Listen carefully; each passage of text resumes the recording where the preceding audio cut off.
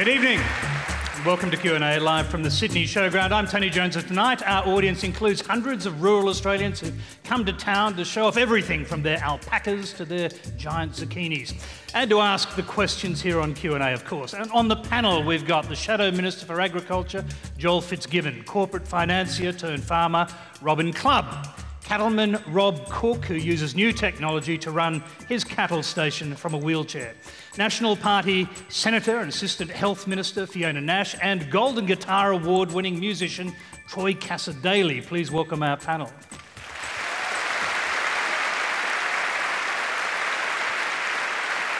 Now, thank you. Remember, if you've got a live Twitter question, add @Quanta to help us find it. But there are plenty of questions here at the Showground tonight. Let's go straight to our first one. It's from Brendan Jensen. Thanks, Tony, and welcome to the panel. In light of the sad death of Malcolm Fraser this week, many Australians learnt that he was actually the last Prime Minister to come from a rural electorate. Given the dissatisfaction that some rural voters have for politicians who seem ignorant of rural issues, my question to the panel is this: do you think it's time that the National Party decided to engage with more cooperation with the Liberals to form coalition government? Fiona.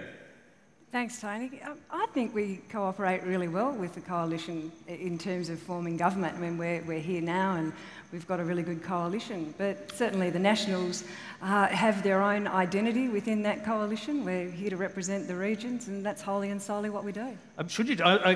Brendan's original question included, should the National Party start enforcing stricter conditions? And he may just have forgotten that bit, but that's really, I said, the nub of it for a lot of rural people. Is the National Party really striking out and getting its own identity here? Well, look, I think we are. You've only got to look at Barnaby Joyce and Wacker and the rest of us and the 21 of us in the party room to see that we do. There's an awful lot of fights that we have that quite often you don't see, and there are a lot of issues that we do get a win on. You've only got to look at things like, foreign investment, stopping the sale of GrainCorp to ADM. There's a whole range of things, getting things $1 billion Stronger Regions Fund for the regions. And the list goes on and on. The drought package that we've got out there, making sure that we've got labelling now that we've just turned to do. All of these things are the things that the Nats are fighting for every day. I think sometimes you don't see them maybe as well as you should, and maybe that's our fault. Maybe we need to do a bit more to make sure we get that message out there. But no, we're very much enforcing the Nat stamp on the coalition. Troy Cassar-Daley, what do you think? Well, I spend a lot of my time in the regions, and I do get to see people come to shows, and they always talk about, services, lack of services, or whatever that goes on in the bush, and sometimes I just try and write those things into tunes to make sure we're getting a bit of a message out there. I mean, I was talking to a young bloke the other day who was talking about how his father sat him and his brother down and basically said, okay, do you want another 20 years of worry about this drought, or do I sell up and move to town? And he said, I don't really particularly want you to take on this burden. But when you hear stories like this, you think to yourself, geez, I just hope that there is a voice out there every now and then that's actually letting people know in the bigger cities what is actually happening on the ground out in the bush. Rob, what do you reckon? Because there was a huge backlash. There's a huge backlash against the LNP in Queensland in the state election. Do you think people are getting a little fed up with their politicians? Oh, look, I think so. My main involvement with politicians would come from the Northern Territory, and I know that the guys up there, they do a wonderful job. Every cat fight that happens in the north, one of the ag minister... if they can ever decide who their leader is. Well, this is true. I think they've got that figured out at the moment, but, I feel like the bush is well represented in the Northern Territory, and coming over to Queensland and trying to catch up to date with, with politics and that sort of thing, and talking to farmers, a lot of them feel like they're not being heard, and the true messages aren't getting into government. So, yeah, I think there's a lot of work to do between politicians in rural Australia. Robyn, what do you think? I think the issue of the amount of leverage the National Party has with the Liberals is the core of this. I think back to the electoral platforms leading into the last federal election, and there was a lot of discussion about protection of the water supplies for agricultural land, and the Nationals were very pro a moratorium, or at least before decisions were made about coal seam gas, that there would be some further research, further scientific research, further analysis of the impact that mining could potentially have on these areas. So I feel it's quite a challenge for the National Party, but I would like to see them use their leverage more to protect our water supply. That is an issue we're going to come to in more detail. John Fitzgibbon, what are your thoughts? I mean, one thing we can be sure of, there'll probably never be a coalition between the National Party and the Labor Party. I think that's pretty right, Tony. Well, obviously, I think Is that a shame? they are too John? close. I will get to that. I think they're too close and too compliant, and I think it's a bit of a charade. I mean, the National Party get their share of ministers in the federal government, and on that basis, they go along. I mean, they've given up this idea in Queensland where the two parties have now merged into an LNP. But let me not just pick on the Liberal and National parties. I mean, Brendan made the point that our last Prime Minister from a rural area was Malcolm Fraser, who we pay tribute to today. And it does matter. It does matter that we have people with weight from rural and regional Australia punching at the decision-making table, whether it be in government or in opposition. And I think that's what we all need to work out harder. I mean, in the bush, we produce all of our food and all of our mineral wealth, but I think we all from time to time feel like we don't get the attention we deserve, and I think collectively we should be working harder at it. All right, let's go to some questions on actual issues. This one's from Sarah Zizolka. Thank you, Tony. I live and farm in the shadow of the largest proposed coal seam gas field in New South Wales. My family puts food on the table of every Australian. There's very little been said about the large-scale costs and risks of coal seam gas development in terms of water, health, air quality and contamination of the food chain. My question is this: what will it take for the major parties to prioritise the nation's food security and water resources for current and future generations of Australians? Because the risks of coal seam gas, we're risking what's priceless: clean air, clean water and land to grow clean, healthy food.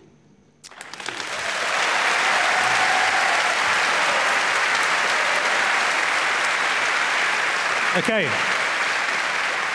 Fiona, Nash, and you can hear, a predominantly rural audience we've got here in Sydney, it must be said, but you can hear the passion about this issue. Absolutely, and can I just assure you to start with, it is a priority. I'm not just a politician saying that, it absolutely is. And the passion that's in this room, Tony, that's out there in the communities. I spend half my time, when we're not in Canberra, the rest of the time out in rural and regional communities talking to people on the ground, and I've been talking to them about CSG for a long time now. So I get it, I'm a farmer, I know what it's like, I know that we've got to protect the water, I know that we've got to protect the land. It's what we do, we've been doing it for 25 years, so I get it. What I think is missed in some of the conversation, is the fact that we do get it, and what actually has been done. My personal view is if there's going to be negative impacts on prime ag land from mining, then it shouldn't go ahead, and I think that's just a sensible and practical way to go ahead.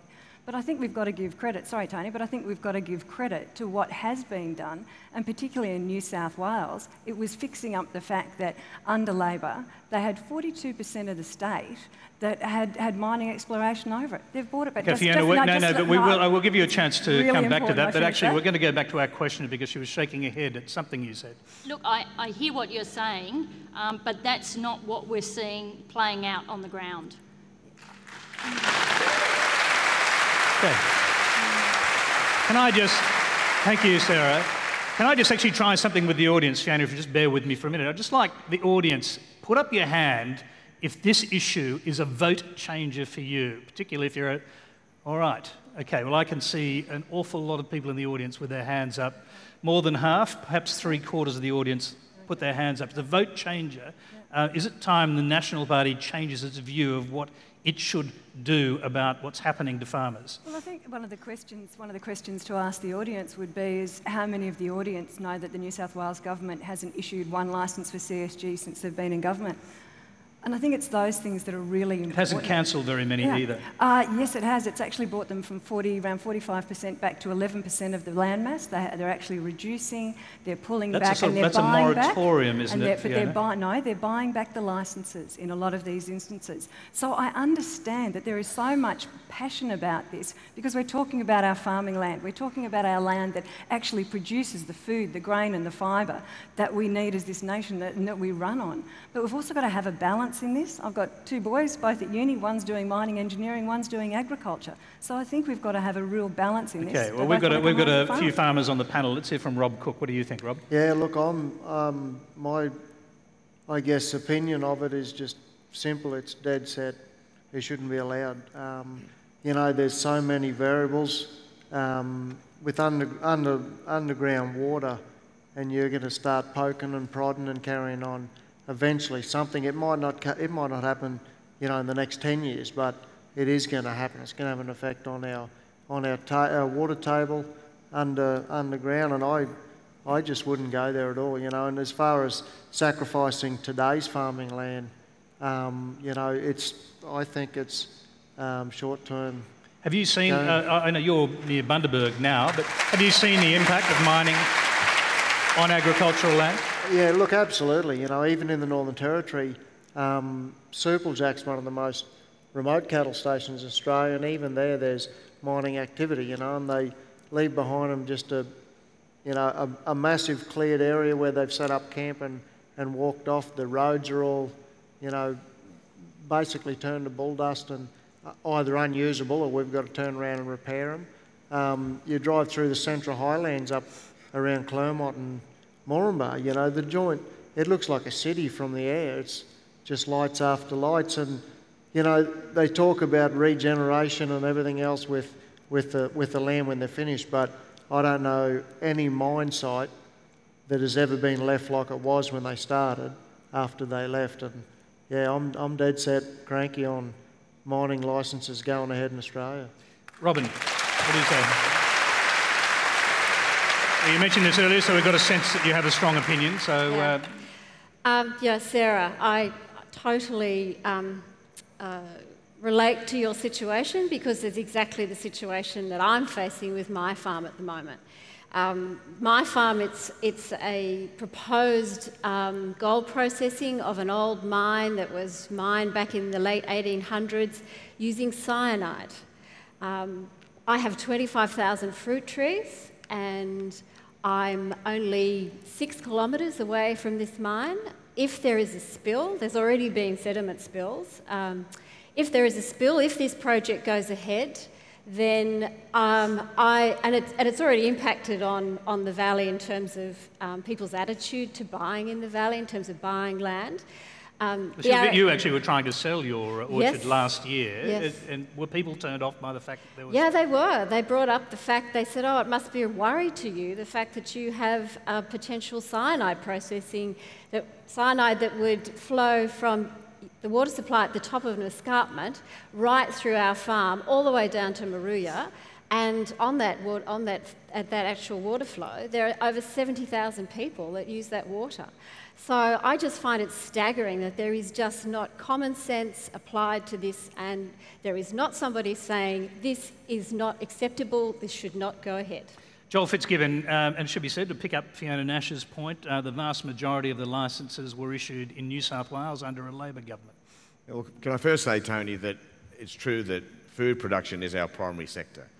And if you take coal example, for example, we've been mining it for more than 100 years. We might mine it for another 100 years, but it should never be mined at the expense of our sustainable industries, in particular our food sector. So that's rule number one.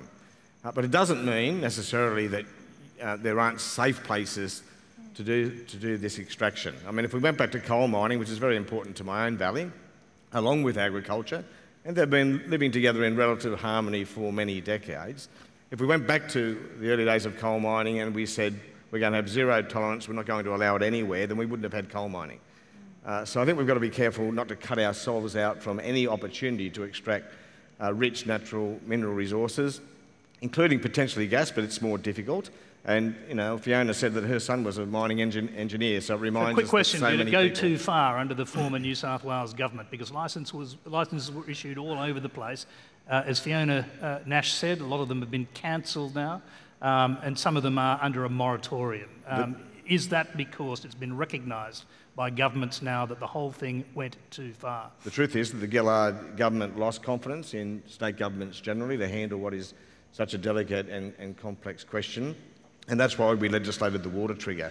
We inserted a new clause into the EPBC Act, the Act the Commonwealth uses when dealing with these types of projects, which allowed us to send projects off to a scientific panel and allowed the Commonwealth Minister to block these projects if there was any threat to water resources. So yes, that's the best way I can answer that. We did lose faith and we intervened. That water trigger is still in place at the Commonwealth level, and I hope that remains the case because Fiona will tell you that Tony Abbott has other plans. All right, other questions on this? We've got one from Nell Schofield, and it's actually essentially to Troy, so we'll hear from him after this.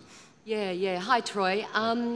Fellow country music star Luke O'Shea, who won 3 Golden Guitar Awards at this year's Tamworth Country Music Festival, he faces court tomorrow in Narrabri for locking onto a pump at the massive Maules Creek coal mine with his 71-year-old father.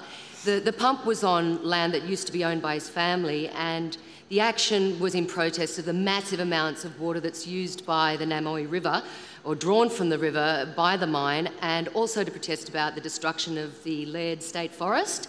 What did you think of his actions, and how far would you go to protect the country you love? Well, I thought his actions were very brave. I thought to myself, here's a bloke who really is passionate about the land. Me being an Indigenous Australian, I'm even more passionate than people would know about the land. And the first thing you don't mess with is your water. That's one thing that you can't really put a timeline on, because unless you learn from your mistakes in the past, you know, it's just going to get worse. And I looked at Luke, you know, in the paper that day after the awards, thinking to myself, it's great that he's made a stand for something that he believes in, you know, because, I mean, there was a time, he was telling me some of the story, he wasn't even allowed on the actual old property to make a film clip for a song he had out. He was getting hunted away by people thinking they were investigators, you know. So good on Luke for having a go. And if someone came to Halfway Creek or Grafton and decided they were going to start putting things in there that were going to upset where I'm from, I'd chain my bloody self to the gate too, don't worry. Along with you.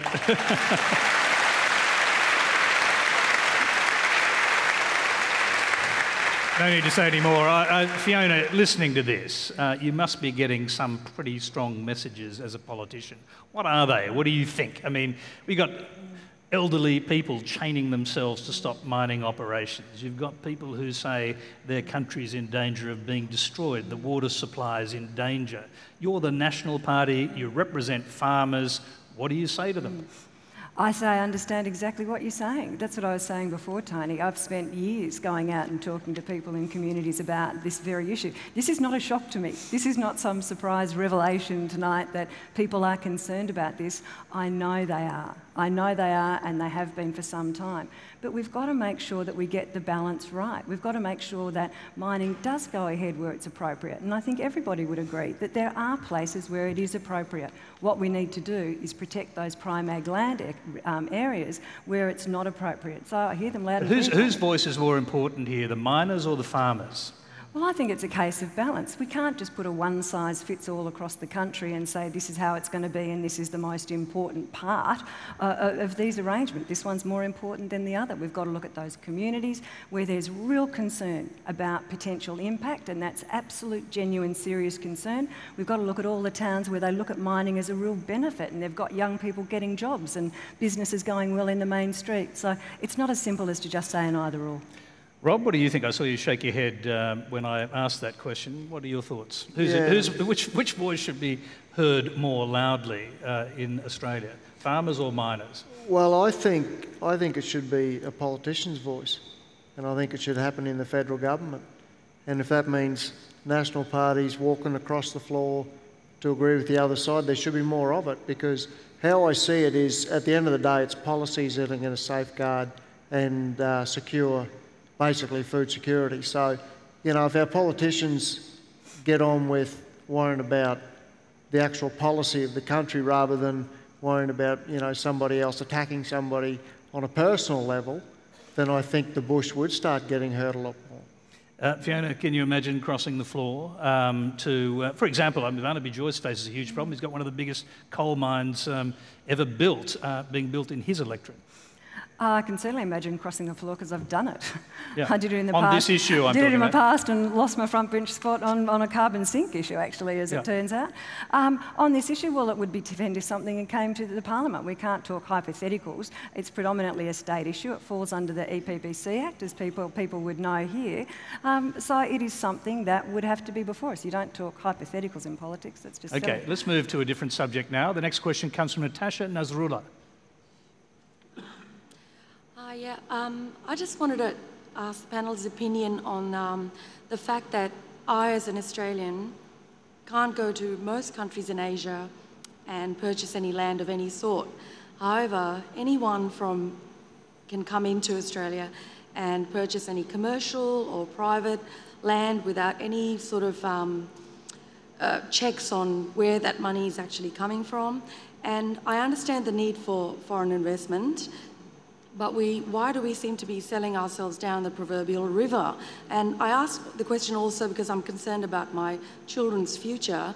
And I myself am an Asian migrant who has been living here for more than 25 years. Joel Fitzgibbon, I'll start with you. Foreign investment.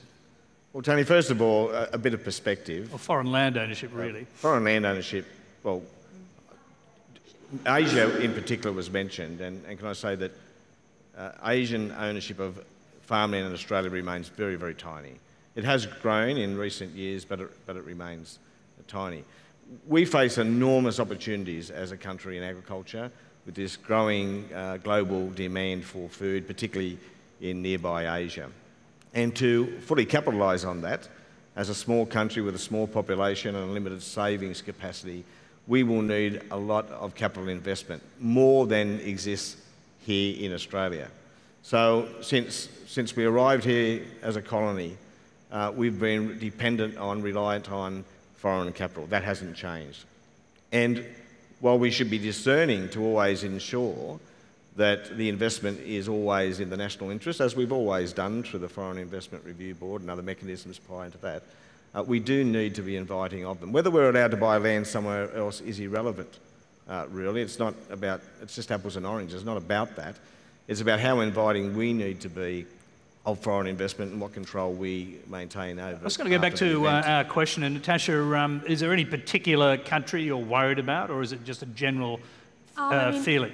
Everyone's talking about, China in particular, because their investment, I think, has doubled, say, in the last 2 years, if I was reading the articles correctly. But like I said, I'm not against Asian investment or Asian. Just is there going to be a limit on it? And because everyone's concerned about whether their kids will be able to buy property in 10 years' time. And anyone in the government, any politician that says that it's just a minor problem needs only go to any real estate agent on Saturday or go to any auction in the north, south, east, west of Sydney and see what's happening there. Fiona Nash. Oh, this is something I've been very concerned about for a long, long time. And what you might not be aware of is the government's just put in changes to the foreign investment rules. So what was a $252 million limit for other countries' entities wanting to come in and buy up our farming land, we've now dropped that to $15 million. Now that's for the scrutiny of the Foreign Investment Review Board to see if that's appropriate. Now this sort of scaremongering that that's going to stop investment or decrease investment, we all know that we need some level of foreign investment. But what Australian people want to know is who owns our land and who wants to buy our land, because we need to make sure we maintain control of that. And I think that's just fair and reasonable. And the Australian people want to know that. We also need to make sure that our farming land isn't used for, to any great extent that we're not putting oversight on for other countries to open up pipelines using Australia as a back paddock, if you like, for their security, their food security. So it's really important, and that's that's why we moved to make sure we get much better oversight of this, because it's something the Australian people have been talking about to me and my colleagues for a very long time. And again, it's about balance. And I've got a really big question, actually. And when we look at all these countries overseas who are prepared to invest in Australian land and Australian agriculture and see a real future in it, why aren't our Australian superannuation companies doing the same sort of thing? And I think it's something we need to discuss. Yeah. I'll just quickly go back, I want to hear from the rest of the panel, but Joel Fitzgibbon, these changes to the Foreign Investment Review rules so that everything over $15 million has to go to the Foreign Investment Review Board. Does Labor agree with that? No, we don't, Tony. The Why fact not? is that clogging the Foreign Investment Review Board with more and more and more and more applications by bringing the screening threshold down will do nothing, particularly in the absence of additional resources for the FIRB, which is already overworked. And by the way, there'll be a 10% application fee on all of those applications now, Tony. So, you know, if you're going for a block of land worth $1 million, you're going to have to pay a $100,000 application fee. It's zero at the moment, and that's going to turn a much-needed foreign investment away. Now, it was Labor that first committed. Might be a lot of first home buyers. I think that'd be a pretty good thing. Well, I thought we were primarily talking about agricultural land. I think, well, a question to talk about both things, actually. I understand that, but Labor was the first to commit to a register so that Australians knew who was buying what, where, and for how much. And that's absolutely necessary and appropriate. But screening the applications at a lower level will make no difference to the amount of applications which are approved. It will just mess up the system and it will do nothing to change the dynamic. Okay, Robyn, what do you think?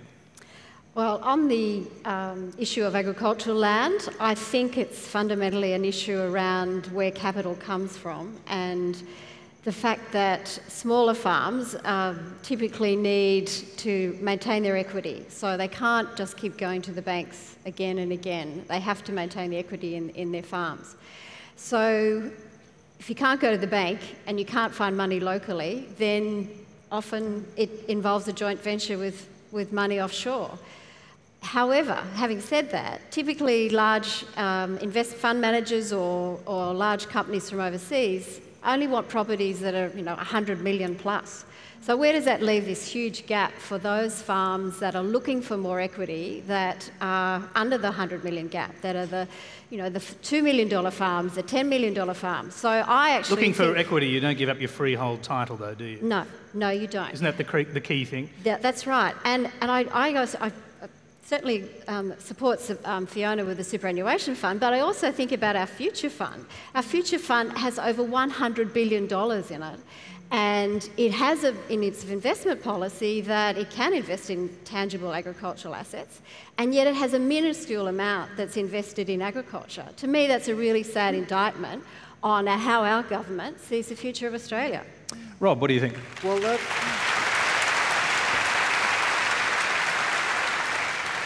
I agree with Robyn. I think it is sad that, some of these super funds, doesn't have to be super funds, mining magnates and everything else, how do we encourage them to invest in Australian agriculture? It's like as if we've got to the stage where everybody's forgotten about it.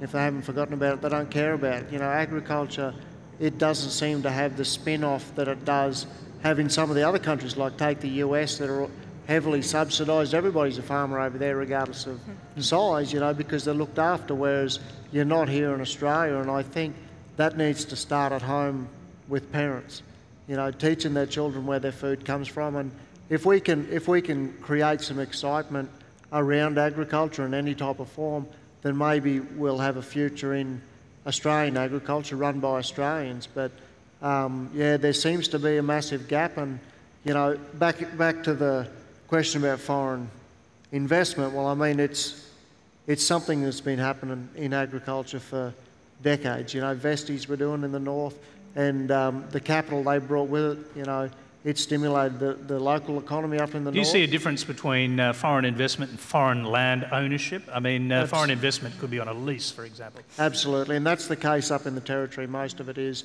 leasehold country, so these overseas countries are bringing money in, they're buying so-called lease, and then they're running the cattle on it, which in a way shows confidence in the marketplace. So it can't always be frowned upon, but as far as selling off freehold country in Australia to overseas investors, I don't.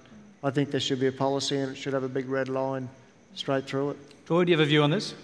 I've never run a farm. I grew up in the middle of a 100-acre block, you know, and that was my life. But I want to take you to an everyday father that walks through the Woolies and has a look at what product of Australia I can find. And I think from a grassroots level, isn't that what we all should be doing? To keep everyone, you know, we've got farmers around our area, we've got our farmer around Lowood and they grow lettuce and all that stuff. But I would like to think that there are some choices. The amount of imported products you see coming through are ridiculous. And I would just say...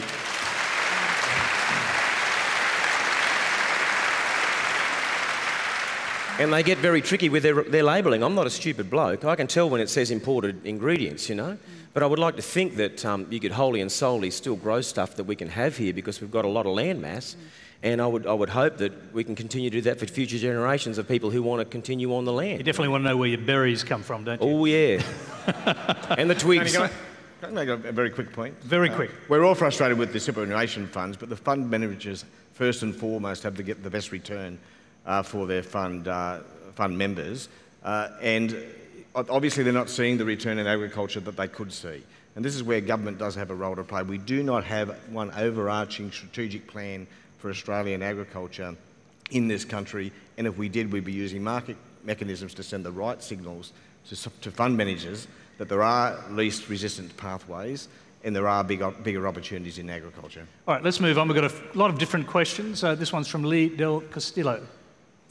Hi, thanks, Tony. I'm 28 years old and I live in Orange, New South Wales, and I'm passionate about agriculture and economics. The current average age of farmers in Australia is 52 years. This is 12 years above the national average for all other occupations. So my question is, what's being done to entice more young people into farming, and in particular, addressing the barrier to entry of high capital costs? All right, let's start with our farmers. Rob, I've met your two young sons. Do you think they'll end up on the land?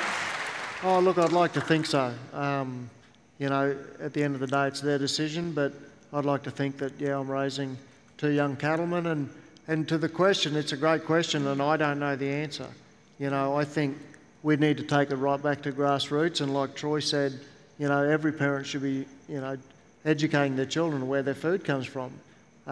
This is an issue. If you actually are a farmer and your kids can see this, that's one thing. What about young people from other fields, from cities and so on, who might think it's actually a good idea to become a farmer, can't figure out how to do it? Well, that's right. I mean, you see in Queensland the trend seems to be simple. If their kids are leaving school and they're not going to university or getting an apprenticeship, well, they end up in the mines.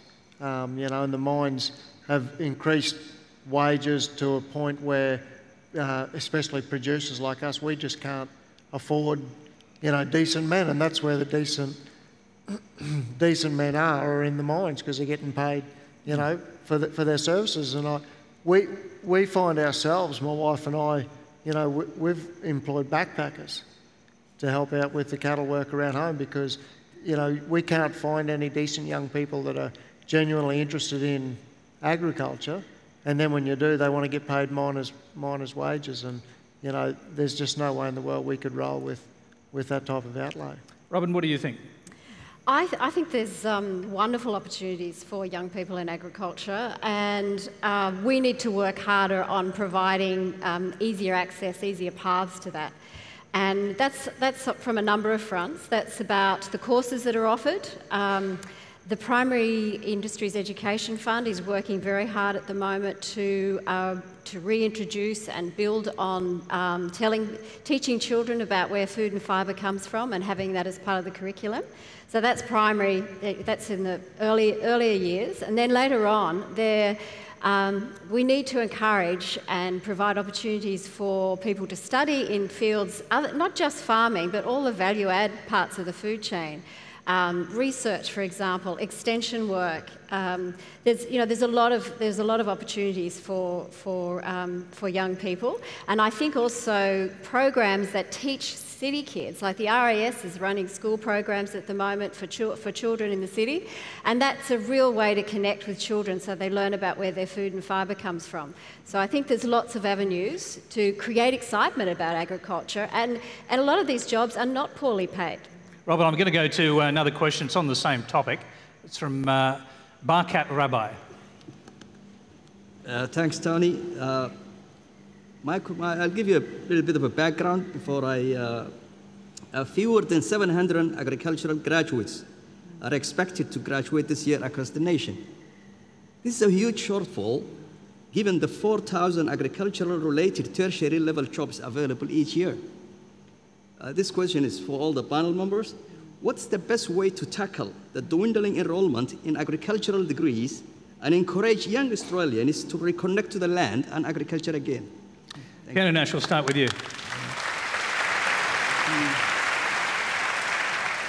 Those figures are quite frightening. Fewer than 700 agricultural graduates across the whole country this year for 4,000 jobs. Yeah.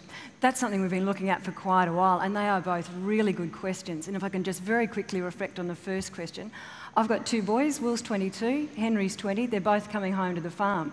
And when I tell people that, they say, really? It is really unusual, and that has changed so much. What we used to do and expect the next generation to just come onto the farm, now that's being seen as something really unusual, and that's something that we have to really focus on, not just as government, but as community as well, for the social fabric of the nation. But this issue of the graduates, and you're dead right, is about 700 for about the 4,000 places. I think one of the things there's two things we need to do. One is, of course, address the issue of profitability. If there's no profit in farming, you're not going to get people encouraged to actually go into farming. We need to get over the barriers to entry. One of which is, and I'll disagree with something Robyn said earlier about the foreign investment only buying up big parcels. I'm actually seeing them putting together big parcels but with a lot of smaller purchases, and what that's doing is often putting our local young people out of the market, and that's a real issue. But one of the biggest things I think we need to do is actually change the perception of farming and change the perception of agriculture. So often we see out in the media, it's the doom and gloom and the droughts and the fires and the floods and the pestilence, and that's absolutely right that we focus on that, but we've got to start talking about the positive nature of agriculture, the fantastic thing that our farmers and things that our farmers and rural people are doing in rural Australia. We've got to start talking about how brilliant it is to live out in the bush, how great it is to be a farmer in spite of all the difficulties, and really start giving people a positive view about how good it is to be a rural Australian. Troy,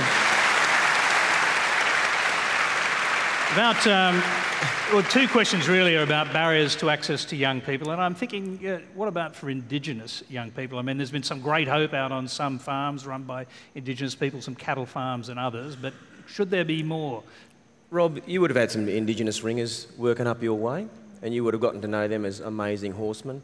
They know bush skills, they know things that a lot of young ringers who come out there from town don't know, and they've actually educated a lot of people on how to manage land in North Queensland.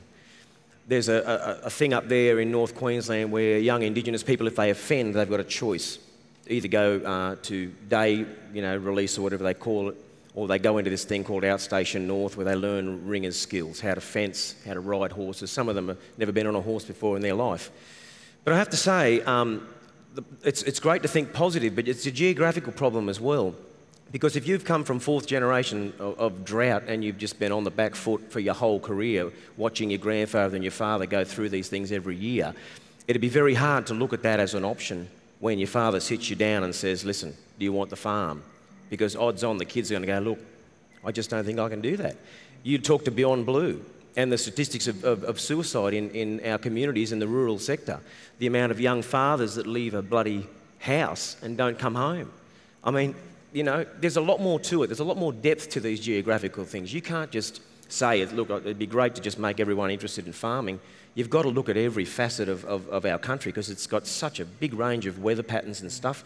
I think we just have to make sure that we get those kids who are in those good areas interested enough to try and make it profitable. Right, let's go to some more questions. We've got one from Sue Hardman. Sue, thank you very much. Thanks, Tony. My question is for Robyn. Do you see a point in time when, say, the Sydney show might be able to temper the romanticised view of Australia's farmers and instead focus on the professional, tech-savvy men and women that we know work the land? And the reason that I'm interested kind of builds from the prior question, which is surely a focus on science and technology is going to be a far better way to attract particularly young people into the industry, and perhaps, Joel, even focus some of that investment fund interest as well. Robyn, thank you.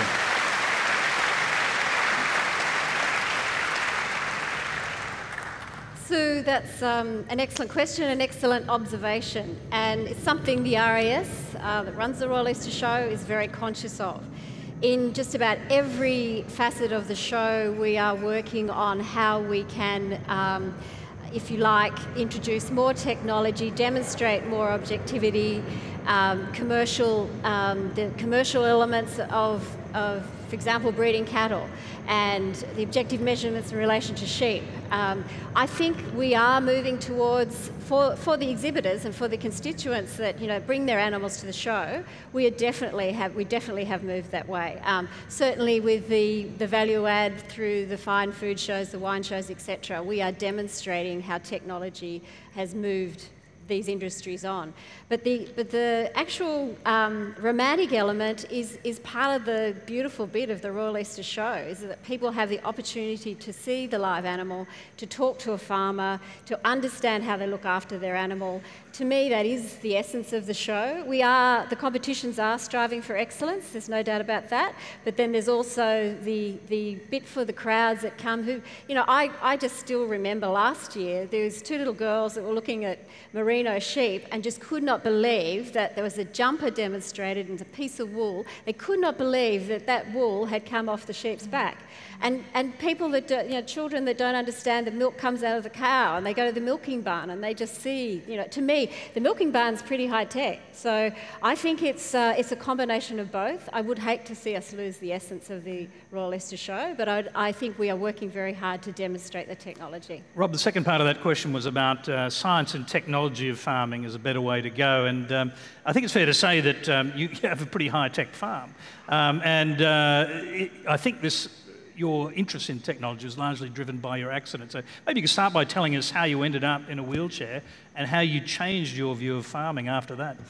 Yeah, well, back in 2008, in September, we were mustering a pocket of land that we hadn't mustered before. Not that it had anything to do with it, but everything was going to plan, and at about 10:30, I'd got out of my gyrocopter, which I used to muster cattle, and I helped my brother hang a Hessian wing on the yards. And at that time, one of the helicopters came back to refuel, and we decided that I'd jump in and just show him where I'd been working and where, the general direction of where we wanted things to end up. And unfortunately, 20 minutes later, we were upside down, basically in an area that we couldn't get any rescue teams into by the ground. So it became a 7-hour wait. And after I was airlifted out of the scrub, we went down to Adelaide, which we were down there for 12 months. 3 months was in intensive care, learning to, breathe and learning to speak and all these things. So basically, since I broke my neck, everything's been a learning curve, and you're looking at a caveman. I was an absolute dinosaur when it came to technology prior to my injury. I don't remember ever sending an email. I certainly didn't have a flash phone. Facebook was brand new. Touch screens weren't around. And now it's quite bizarre because I've got a touch phone that I can't touch. But basically, when I got out of rehab and I went back to Alice Springs, I hit a crossroad where I either had to, sit in the corner of agriculture or get right out of it. Or invest heavily into it. And so rather than getting away from something that I love and am extremely passionate about, we invested into it.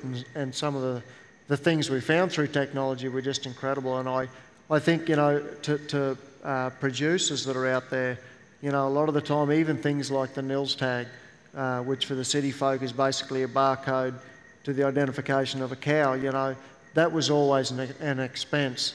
and now it's become, you know, such an investment because of the information we can gather throughout the life of our animal, and then therefore it tells us whether we're in the right direction or whether we need to change something. And you know, even going back to some really old basic technology, I had never worked cattle with working dogs before, but it was something that I can still whistle, I can still talk, you know, so those two things is all I needed to get a team of working dogs together, and it's just incredible, you know, what I can go and do in my wheelchair with me dogs, shifting cattle from paddock to paddock. So technology doesn't have to be this hi-fi thing, it can be, you know, ancient, such as working dogs.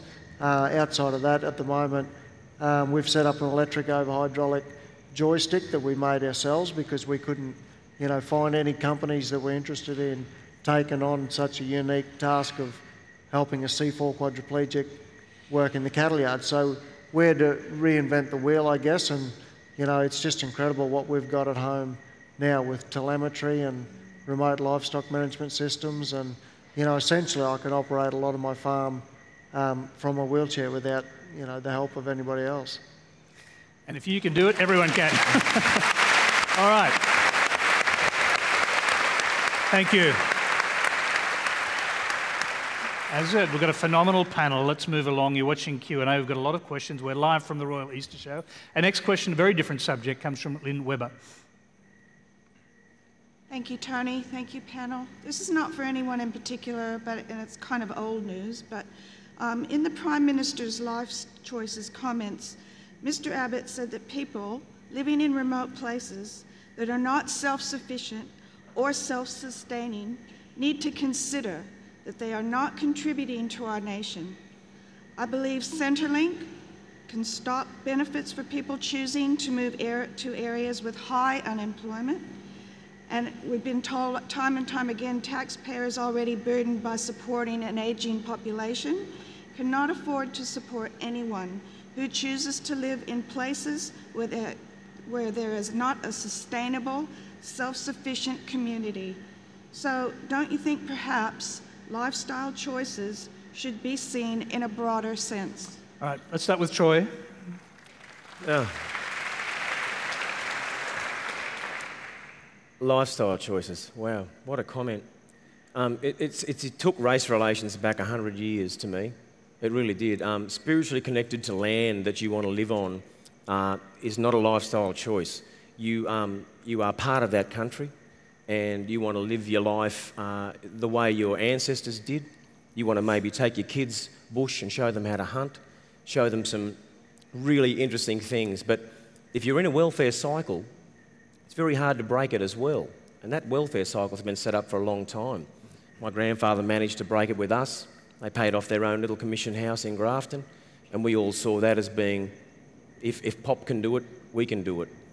And I look at that whole thing as just being, if those people are being displaced again from land, I think it would just be destroying them. It destroys culture. They're supposed to be closing the gap and not the communities. That's what I've seen people say. But then where do they have an option to go to, Tony? Do they go to town and get into trouble and become a burden there to the police force and everyone else? Or are they allowed to stay on country where their spirit is happiest? And even though it looks like, you know, Western Australia is such a mineral-rich place, wouldn't you think that, like you say, the mining companies could just help run these places and give them some sort of purpose as well to stay on land? That should be the optimum goal, is to keep people on these communities. Troy, I think you can see from the question that we just got that the lifestyle choice phrase is resonating out there with some sections of the community. So I'm wondering, would you be worried if this was something the Prime Minister picked up from a focus group and put out there? I would be worried if it was from a focus group, because these people haven't been out into the regions to see how these people live. They haven't seen how happy the kids are. They haven't seen the power of the elders being able to sit down and talk in their own environment to impart stuff to these kids. That can't happen on city streets, Tony. It just can't. It's got to be really looked at, and I think it's really, to me, it's a criminal act to be able to take people off land again and push them aside like they're not even wanted. I would actually like to know what the government in Western Australia also wants to do with that land. Fiona Nash.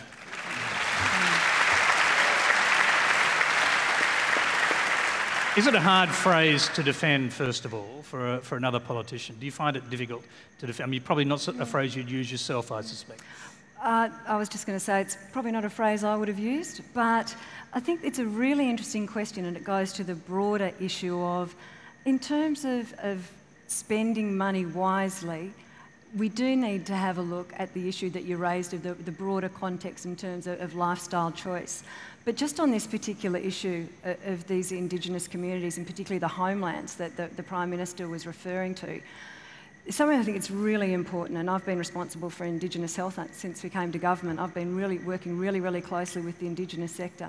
If there's going to be any change or any discussion about whether there's a better way forward for Indigenous communities, it has to be with the Indigenous communities, with the elders and with the leaders across those communities. Because one of the things that I've found, Tony, but their message is pretty clear, isn't it? There's been a lack of consultation too, which has been part of it as well. Well, look, but I think to be fair, that they're very willing to talk to the government about what might be the way forward. It might be the status quo, it might be changed, but we shouldn't be worried about having a conversation about these things. Well, I've seen. I just want to add one point into this, because I've seen a former Liberal Party Indigenous Affairs minister sit on the ground in the dirt with people and say, "We've got to get you out to your homelands," because that's where all of the influences in the town that are affecting you, drugs and alcohol, you name it, will not touch you. And why has the Liberal Party shifted its position so fundamentally on this issue? Well, I don't think it has. But my point is that it's not about government making decisions about this sort of thing. And I'm talking broadly. This specific issue is a matter for the Western Australian government. But my view is, if we're not talking to the leaders in Indigenous communities across this country, we're not going to get the right way forward. We can't do things as government impose, in my view, on Indigenous communities. And in all of the relationship that I've had with the leaders across the Indigenous community, I can tell you they understand and know this better, and they have so many of the solutions, and we've got to trust them to have the right solutions, but we've got to make sure as government that we include them and we're having that conversation. So if the message from those Indigenous leaders, as it almost has unanimously been, is that this is a bad idea, will you drop it?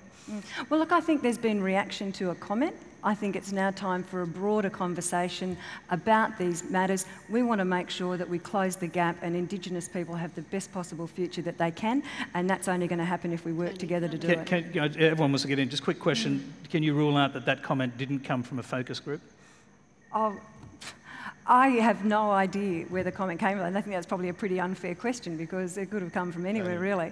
But it's highly unlikely. I think it was a comment that was made. Everyone wants to jump in? Tony, surely the Prime Minister's comment could not have come from a focus group. That would make it premeditated. Surely someone would have advised the guy not to use it. It just seems inconceivable to me. I agree with everything Mark Troy... Anthony's speech you just made? I agree with everything Troy said, but I'll just add one point he didn't make. It's the stereotyping, the generalisation of the comment. I mean, there are some remote communities that have better health and education outcomes than some of our suburbs in our capital cities. Absolutely. Others don't do quite so well. So I think the generalisation and the stereotyping of Indigenous people was almost as bad as the comment I've seen itself. dry communities on my way around that are so beautifully run. The intervention comes in, everyone gets pulled back into line, and they get restrictions put on them, just like the bad communities. And I mean, I've seen them work. I've been on the ground and talked to people out there in my career, and I do believe that people are most happy on their homeland. Rob, do you want to get in? Yeah, look, I don't see the comment. He fumbles words all the time, so I'm not overly upset about the choice of words. What I am upset about is basically the government making a decision to shut down these communities. And if we ignore that, like, just put aside the Indigenous part, we're talking about communities on the end of a road, and where Supaljack is, where my family live, where they started the land. If anyone's got a connection to the land, I understand that. And I think, we've got three Aboriginal communities on all of our boundaries, and if the government was going to shut down those communities, we'd never get them roads fixed. Regional Australia would suffer if they started doing it in Western Australia and it became a consensus that everyone was going to start shutting down so-called bleeds on the economy or whatever it might be. Regional Australia is going to miss out. You know, we're already suffering from pretty pathetic roads now. If we take more people out of the bush, it's just going to devastate rural Australia. Okay, we're running out of time rapidly. We always do. We've got time for one last question. It's from Gary Johnston. Thanks, Tony. I'd just like to say we have a serious double standard in this country in relation to food supply. Our Australian farmers produce clean, green, healthy, safe food. However, we import food from unknown origins and quite often treated with chemicals that have been banned here for decades. We're a very heavily regulated primary producer group. I think we're respected around the world. I'd just like to know what governments can do to help us compete in the global economy for food, particularly in an era where food security is such a major issue. All right, Robyn, let's start with you.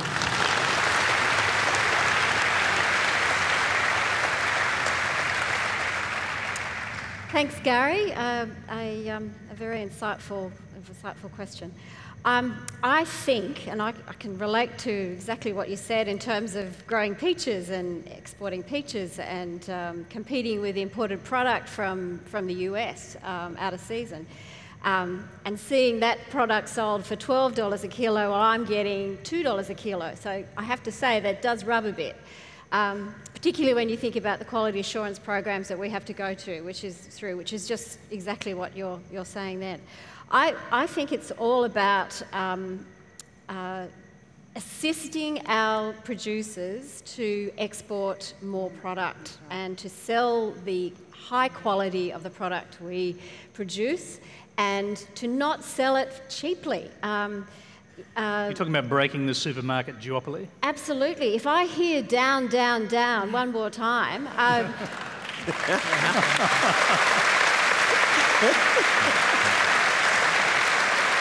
You think that's a metaphor for what they're doing for farmers? It is absolutely. I mean, I've got some first-hand experience of dealing with supermarkets, and fair play is not words that are in their dictionary, to put it bluntly. As I say, my cost of production, I'd make a return on the peaches if I could get $4 a kilo, and as you see, they sell for $2 in the supermarket. So who do you think's losing out in that equation? So to me, it's the government has a great role to play in promoting this fantastic product we have. We have amazing quality assurance programs. I would veer away from more regulation because we go through so much regulation as it is. In terms of chemical usage, chemicals are very expensive, so chemical usage is limited to as much as it possibly can be, just because of sheer expense. But also the farmers are dealing with these chemicals, so they don't want to overuse these chemicals either. So I think there's been an simplification. Right. We're going to sorry, I beg your pardon. Joel. Yeah, just a quick bit of perspective. We export twice as much food as we import. So we're very much a net exporter, but you are right. We are importing too much cheap food, and the people most empowered to do something about that are those in this audience and those living right across Australia. Just don't buy the cheap stuff because it's not safe. And one of the positives to come out of the berry scare is that people are now starting to realise that and will start voting with their feet. But government needs to play a number of roles. Of course, the labelling has to be clear and concise so that people do know what they're buying. And secondly, governments, again, have to have a strategy in place. Well, you've been complaining, just to bring you to the point, I'm sure you're going to reach it, you've been complaining publicly about the lack of a government white paper on agriculture. Well, I have, because again, I've said on a number of occasions tonight, we don't have any overarching strategic direction. Barnaby Joyce might argue that's on its way. By virtue of the white paper. I'm sceptical about that, but it's on the never ever in any case. We've had 18 months of the Abbott government now. We've had no agriculture policy for all of that time. Okay. We need to help growers find niche high value markets to increase their sustainable profitability. Okay, Fiona Nash. Thanks, Tony. I wish I had a bit longer to rebut some of that. But it's interesting. Under Labor, we had a $30 million food plan that went absolutely nowhere. It was a bunch of motherhood statements. So it's interesting that Joel's now saying that we don't have one. Well, when are you going to see your white paper was due last year? We still haven't seen it. When are we going to see it? And quite frankly, I think everybody sitting in this audience and around the country would want to make sure we get the best outcome out of that. And if it takes a bit longer than we said, well, I think they'd be fine with that. Before the election, or? Well, I think they'd be fine with that. But in answer to the question, I think there's a couple of things. In answer to the question, there's a couple of things. We've got to open up markets. There's absolute, Robyn's dead right. We've got to open up markets. We've done it with the free trade agreements with Japan and Korea and China. We've got to look to opening other markets as well. And the other thing we've got to do is give people the opportunity to buy Australian. And it's taken this coalition government to actually now make sure we're going to get the labelling right. Unlike Joel, he could have done that in government and he didn't do it. But it's really important that we buy Australian, and we need to give Australian consumers the ability to go in and see grown in Australia, bought in Australia, there was a bit of a delay in that star system, done. but we won't go there. I want to hear from Rob. Rob. We'll get it in there. Rob. Yeah, look, I think back to the question about the double standards. I think, you know, Australian produce, we've got that much rules and regulations that we've got to abide by, and then we turn around and import food products from other countries that, you know, who knows what type of standards they've got. So I think, you know, if Australia are aware that we're producing this really high-grade produce, regardless of what it is, we need to encourage consumers to purchase Australian. I know there's a lot of TV commercials that are, you know, basically outlining it at the moment. I think, yeah, we need to do more, basically, just to consume more than what we are, because like Joel said, I think it's 86%, isn't it? It's 80-something% we're exporting. Yeah. You know, in China, they love the fact, and that's why they're buying as much Australian beef as they can, because they're aware of the standards. They know it's high-end, high-grade produce. We need to keep some of that back here in Australia for our consumers at home. And Troy, I'll give you the final word. Oh, look, I absolutely agree. I think it's just an education process for our kids. I really do believe that, you know, I've done it no matter what government's in. I go through the bloody shopping centre and I just say, let's make sure everything is product of Australia. Look what Dick Smith's trying to do. You know, he's really worked so hard as a philanthropist to be able to try and make these Aussie brands stand up for themselves, but they just get washed over with all this cheap crap. I would just say, look, when you walk past that Dick Smith stuff, give it a go. Because his heart's in the right place. Thank you. Thank you. That's all we have time for tonight. Dick Smith thanks you as well. Good on you, Dick. Please thank our panel, Joel Fitzgibbon, Robyn Clubb, Robyn Cook, Fiona Nash, and Troy Cassar-Daley. And Troy, that is your cue. Thank you.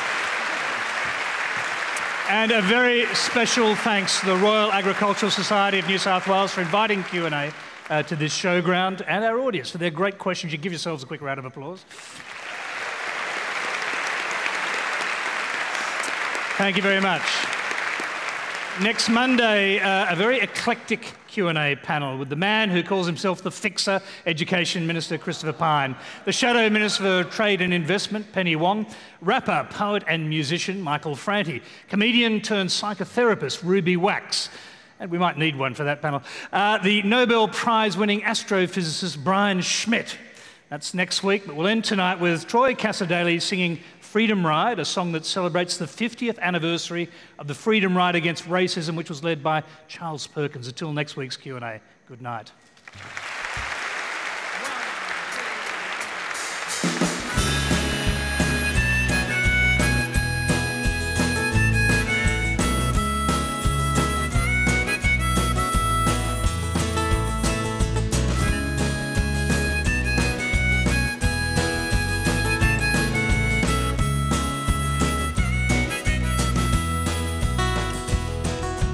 Remember 1965, the story of the Freedom Ride.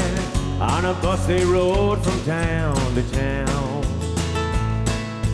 east to west, north to south, to get it from the horse's mouth. Those true stories on the ground. On a blazing summer's day, Charlie Perkins led the way. At the public pool in Moree. Step back, said the man, you can't get in. You got the wrong colored skin. We don't want no trouble here, you see. All aboard the freedom ride, all aboard now, step inside. All aboard the freedom ride. Come and join the freedom ride. Fight for justice, fight for pride. All aboard the freedom ride. But Charlie said, now that's a shame, 'cause trouble is my middle name. You know names hurt more than sticks and stones. You can try to knock us down, try to run us out of town, but look around, you'll see I'm not alone. All aboard the freedom ride, all aboard now, step inside. All aboard the freedom ride. Come and join the freedom ride. Fight for justice, fight for pride. All aboard the freedom ride. All aboard.